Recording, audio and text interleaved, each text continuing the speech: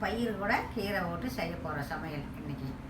பாசி பயிறு ஒரு டம்ளரு, கீரை ஒரு கொஞ்சம், தக்காளி பழம் கொஞ்சம், வெங்காயம் கொஞ்சம், ஒரு பச்சை மிளகா, அது கூட கொஞ்சம் மஞ்சப்பொடி, சீரகம் சேர்த்தணும். அவ்வளோதான்.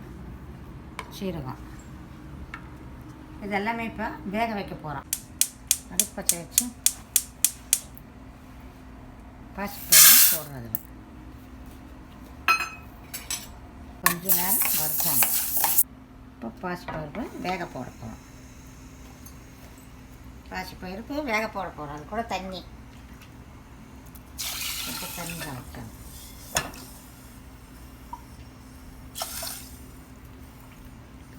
தண்ணி ஒரு ரெண்டு கப்பு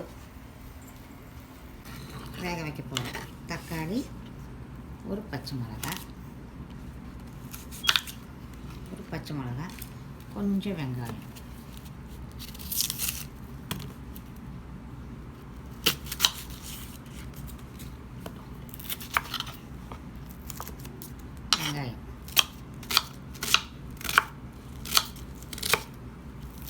போட்டு கட் பண்ணி வேக வைக்க போகிறோம். இப்போ இந்த மூணையும் சேர்த்து பருப்பு கூட வேக வைக்கணும். பாசிப்பயிறு கூட வேக வைக்கிறோம். அதோட கொஞ்சம் மஞ்சள் பொடி சேர்த்து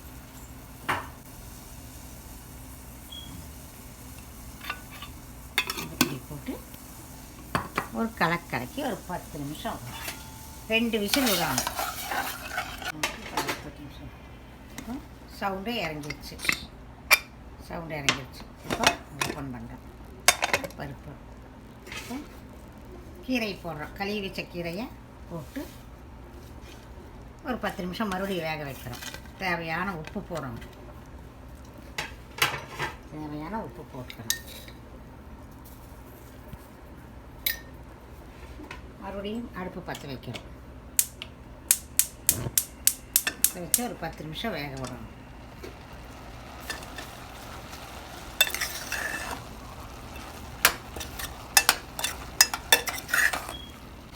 மூடி வச்சோம். ஒரு 10 நிமிஷம் வேகணும். விசிலெல்லாம் வேண்டாம். கீரை வெந்துருச்சு. எடுத்து பருப்பில் கடையணும். பருப்பு மெத்தை போட்டு கடையணும். இப்போ பாசி பயிறு